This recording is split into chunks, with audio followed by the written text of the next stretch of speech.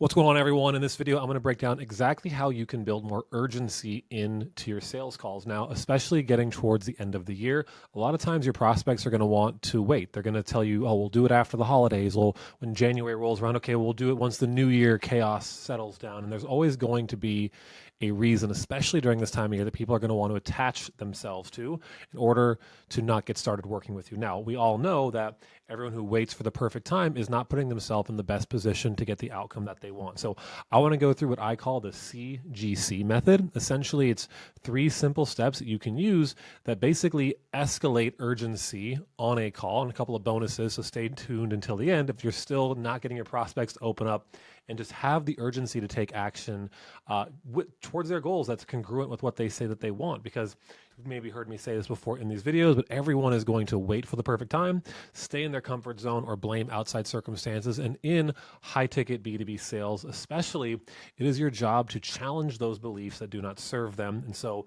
let's break down the CGC method right now. Cool. Number 1, the first C is constraint. So this one's pretty straightforward. This is something you need to be getting on every single sales call no matter what, but it's your first step towards creating the urgency for what is the actual problem that they want solved. How painful is that problem? What's actually going on? So there's 2 ways you can do this. One is in terms of how you open up the call, and the second is more in terms of seed planting, why other people come to you to work with your business. So the first thing, and I kind of take these a little bit different depending on the situation or the call, but essentially I'm going to ask something like, at the very front end of the call, this is like right after the introductions. Hey, nice to meet you. Let's get into it. Hey, do you happen to know what type of solution you're actually looking for? I want them to tell me what they're actually shopping around for. If they're looking for organic dog food and I sell high ticket B2B sales, consulting, it's not going to be a good fit. So from the jump, you have to make sure that they are actually shopping for and in the market for what you sell. So that's the first thing. Now, a different version of this, and this is, basically what we call the why frame, which is, what are you hoping to get out of this conversation? And again, what you're looking for here is for them to tell you what they are hoping for. If they're spending their time, which is more valuable than their money, with you on this call, there has to be something going on there. There has to be some type of pain they're hoping that your product will solve. So I'll give you a little extra here. And if they're still kind of tire kicking and just like, well, I'm not really sure what type of solution I'm looking for, like what I'm really hoping to get out of the call, I just kind of wanted to see what you have. Okay, so my next question is going to be for them. Well, what are you hoping this would actually solve for you? Like in a perfect world, like what are you hoping that this product will do and ultimately fix for your business? And again, getting them to tell me what that constraint is. Now, if somehow they're still not opening up and they're still not really volunteering this information on their own, I would go into kind of seed planting why other people come to us. Now, a lot of people get wrong in sales. As you're trying to tell them why you are so great, why they should work with you, you have to make it about them because they will buy from you when they feel understood, and it makes it about the solution to their pain, not you wanting to get the sale. And so this next part, I really would go something along the lines of like, hey, so it's all good if you're kind of like just looking to solve X, Y, and Z, not really sure what maybe you were looking for. A lot of our clients are coming to us because of one of 3 reasons. So number 1 is their offer structure needs some love and they need something that's easier to sell, easier to scale.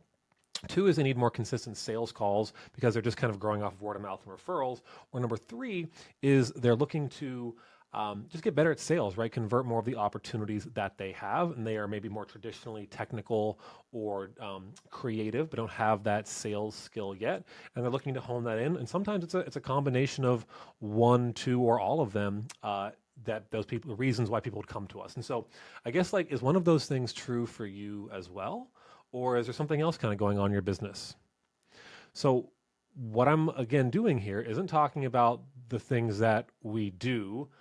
I'm talking about it through the lens of why people come to us for the problems they want solved, so they can attach themselves and associate their problems, their struggles with one of those things. And now you've built a little bit of urgency. So most of the time, this will open them up to kind of just initially start. What are they looking for? What is that time frame? What is the actual pain point? But now how do we make them not feel like either 1, they could do it on their own, or two, that it's too big of a goal and it's too scary, they don't want to do anything with. So this next part, so we're talking about the CGC method. First one was constraint. The second one here is the gap. Now, if you've been in high ticket sales for any amount of time, you know this very well, but there's something very critical, two things actually we need to be doing when we're building a gap with someone that a lot of beginner salespeople miss. And so the gap is very simply where they are currently now, numbers wise, and where they want to ideally be. Then what is the gap between those 2 points? Now, two of the things that salespeople screw up here, and they don't build urgency, they just ask the questions and then move on, is first and foremost, we need to help them define a goal that isn't so easy they could do it on their own, but not so far out of reach where they feel like it's too impossible or it's going to take too long, or I don't know if I could ever do that, and they're starting to question themselves. So if someone comes onto a sales call and they're like, well, I just want to earn or add like $5,000 recurring revenue. Like I always usually go like, hey, like you could probably do that on your own without our help. We're more interested in working with people who like and working together for a longer period of time. So what's like your North Star goal? Like where would you really want to be? And like if we could fast forward 1 year, 2 years down the road, because we could easily get 5K a month added here in the next few months or less. But where do you really want to see this business? Now you want to, again, help them put that North Star about a year, 2 years down the road, and a number that feels reasonable, because if they're making $0 right now and they want to be at $1 million a month, that's probably too big of a gap to cover, and they might have unrealistic expectations we need to check. So that's going to be part 2 of this gap part of this video. But essentially, we want to, again, find that good, easy middle ground where it's like, hey, they probably couldn't do it on their own, but they're definitely going to need some help, but not so far away that it feels impossible. Now, this next part is probably the most important thing you can do, and it's going to really come from genuinely understanding the economics of the offer that you sell as it relates to the gap you're helping them define. And so I'll kind of give you an example here based on the lens on what we sell. But when I built that gap with someone, and let's say to make the math kind of easy, they're at $10,000 a month and they want to be at $50,000 a month. Okay, cool. So that is a $40,000 gap. I always expand that to a year. So I'm talking like $480,000 a year, almost $500,000 a year. Okay, got it. And then what's the average price point of what you sell? $2,000. Okay, cool. So got it. So you need about 20 clients, right? Now, let's say you have a okay close rate and you're closing about 20%. So 20 clients times 5, that's about 100 sales calls. Now, I'd like to kind of overestimate this with you because there could be no-shows, bad fits. So let's call it book 120 sales calls. And what's the time frame you wanted to achieve this goal in? Okay, the next 6 months. Got it. And you're booking how many sales calls roughly a week again right now? Like 1 to 2? Okay, so if we like, you say you're booking 10 calls on a good month, and we expand this out over 6 months, you're going to be doing about 60 sales calls during that time, right? Okay, but you need to be doing almost close to double that. Got it. I guess knowing that we're kind of pretty far off from where we need to be in order to create that outcome, would you be open to maybe looking at getting this help sooner rather than later so you don't have to kind of keep pushing your goals and down the road?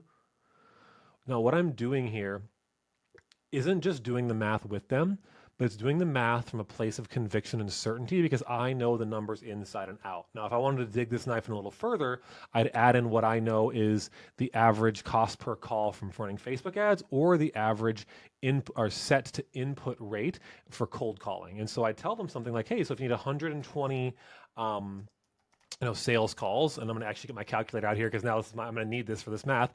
I know that a decent setter can get a 3% input, so dial to set rate.